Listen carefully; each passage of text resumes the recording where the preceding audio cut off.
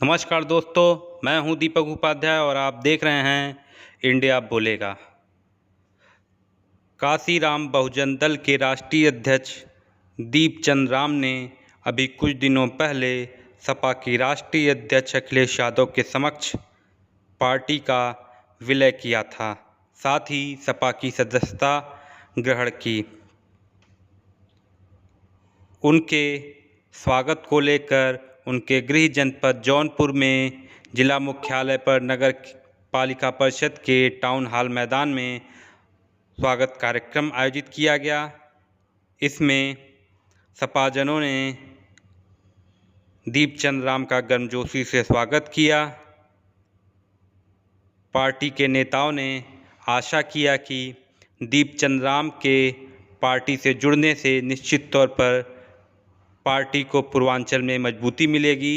इस दौरान काशीराम बहुजन दल के पूर्वांचल के पदाधिकारियों को भी सपा की सदस्यता मंच से ग्रहण कराई गई। अध्यक्ष लाल बहादुर जी, आप तो कई कार्यक्रम में मिले भी और बहुत ही लाव लश्कर के साथ तो नहीं कहा जा सकता, लेकिन कार्यकर्ताओं का लश्कर आपके साथ जरूर जुड़ा रहता है। आम कार्यकर्ता तक भी आप पहुंच रहे हैं। पिछली खबर चली थी कि रूठों को मनाने की कायावाद समाजवादी पार्टी में हुई तेज, ये आपने देखा भी होगा। लेकिन आज जो विलय एक संगठन का हुआ है, उसके लिए आपका वक्तव्य चाहिए सर। देखिए, समाजवादी पार्टी के माननीय राष्ट्रीय अध्यक्ष जी की नीतियां और कार्यक्रम इस तरह के हैं कि जहां जनता अपने को ठगी का शिकार महसूस कर रही थी, वही जनता अब कह रही कि जल्दी से 22 आ जाए। इससे अच्छे तो अखिलेश थे, इससे अच्छे अखिलेश थे। जब ये बात आम जनमानस की आ रही है तो हम सब तो निकले ही हैं, सबको साथ लेकर के समाजवादी पार्टी की ताकत को बढ़ाने के लिए।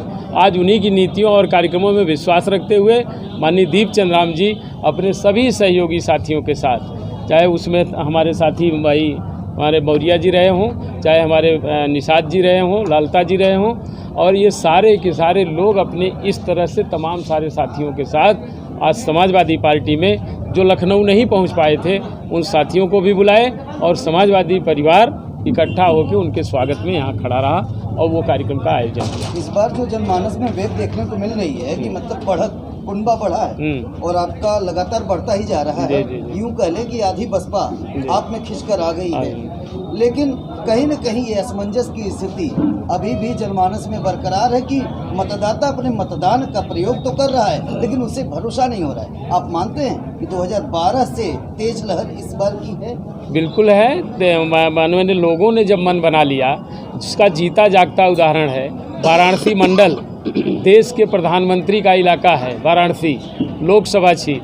अभी आपने विधान परिषद की सीट में देखा, पढ़े लिखे लोगों का फैसला था। पढ़े लिखे लोगों ने, स्नातक और शिक्षक लोगों ने फैसला दे दिया और दोनों सीट समाजवादी पार्टी की जीत करके प्रदेश विधान परिषद में पहुंच गई है। एक अंतिम प्रश्न रहेगा सर आपसे, समय का अभाव है। ये जानना चाहेंगे कि जब भी चुनाव आते थे, चाहे वो 12 रहा हो, 17 रहा हो, समाजवादी क्रांति रथ यात्रा निकालते थे आपके राष्ट्रीय अध्यक्ष। इस बार क्रांति रथ यात्रा न निकाल के वो 2 दिवसीय दौरा हर जनपद में कर रहे हैं। ये क्या उससे हटकर ये रणनीति बनाई जा रही है? ये माननीय राष्ट्रीय अध्यक्ष जी अपने तरीके से क्या आवश्यक है, क्या जरूरी है, जनमानस क्या चाहता है, समाजवादी परिवार क्या चाहता है, वो फैसला करते रहते हैं, उसी तरह का कार्यक्रम देते रहते हैं। धन्यवाद। सभा में प्रस्तुतिकरण कई लोगों ने भी दिया है, लेकिन आप खास मुख्य अतिथि रहे हैं, पूर्व सांसद जी, और लगातार 3 बार अपने तूफानी अंदाज में तूफानी सर्वोच्च सांसद रहे हैं। आज हम लोगों के समक्ष मौजूद है, बड़ी खुशी की बात है सर। 1585 की बात हर संबोधन में मैंने सुनी, लेकिन विपक्ष से जब यही सत्ता पक्ष में बैठे लोगों से जब ये क्वेश्चन करता हूँ तो वो लोग कहते हैं कि समाजवादी पार्टी के लोग जो 85 कहते हैं, अब वो 50 कह लें, ई की मात्रा गलत लगाते हैं सर।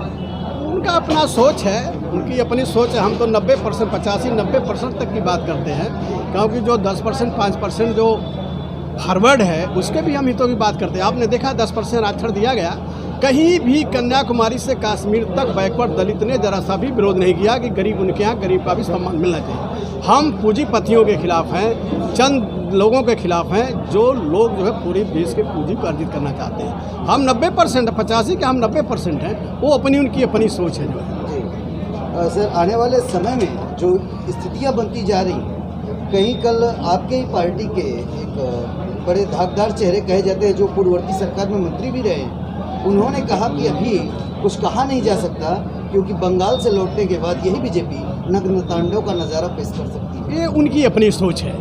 हमारी सोच है, बंगाल है, यूपी, हर स्टेट के लोगों का अलग अलग नज़रिया सोच है। ये उत्तर प्रदेश है, यहाँ के मतदाता बोलते नहीं ज़्यादा, लेकिन वक्त पे जवाब देते। कोई जानता था कि भारतीय जनता पार्टी 325 सीटें जीतेगी? कोई नहीं जानता था। भारतीय जनता पार्टी खुद नहीं समझती थी, लेकिन 325 सीटें जनता ने हलोर गोड़ दिया। उनके बहकाव में आ गए कि हमारी सरकार मार दो, हमको स्वर्ग बना देंगे, जो है यादव खिलाफ फड़काए, जो है तमाम बातें थी। तो हमारी सरकार बनेगी, अब प्रचंड बहुमत की बनेगी।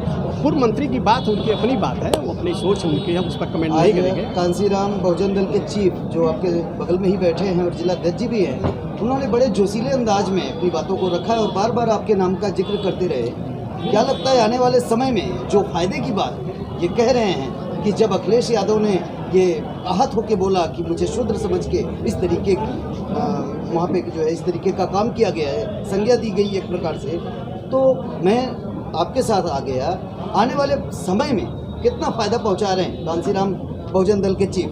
पूरा फ़ायदा पहुंचाएगा। हमने हमारा भाषण आपने नहीं सुना, मैंने कहा सोच और विचारों से सम्मान बढ़ता है और सोच और विचार का हम इनके सम्मान करते हैं। मेरे तरफ से कभी भी सम्मान की कमी नहीं आएगी किसी भी तरह का। हमारे तरफ से, हमारी पार्टी की तरफ से, हमारे नेता की तरफ से आज ये कांसीराम बहुजन दल के राष्ट्रीय अध्यक्ष जो है राष्ट्रीय अध्यक्ष के यहाँ ज्वाइनिंग किए थे। आज उनके उपलक्ष्य में स्वागत समारोह हमारे जिला अध्यक्ष लाल बहादुर यादव जी ने यहाँ रखा था। हम लोग सम्मान करने वाले हैं, हम लोग मतलबी नहीं हैं, स्वार्थी नहीं हैं कि भारतीय जनता पार्टी की तरह काम निकल गया तो फिर फेंक दिया जाए। हम सब समाजवादी पार्टी सबका सम्मान करते हैं, सबके हित की बात करते हैं। बहुत बहुत धन्यवाद के चीफ। और पूर्व वीडियो रहे दीपचंद राम जी लोगों के साथ एक बार फिर आए हुए हैं कैमरों के सामने, उनका जवाब भी रहेगा। आज जिस जोशीले अंदाज में आपने सत्ता पक्ष को एक प्रकार की चुनौती देने का काम किया, ललकारा और यहाँ तक कह डाला कि 15-85 का जो विभाजन है, अगर 85 के लोगों को आहत करने का काम किया तो थप्पड़ तुम मारोगे तो हम अम्बेडकर के लोग हैं, हम भूसे का जवाब देंगे। सर इसका पूरा मतलब जानना चाहिए।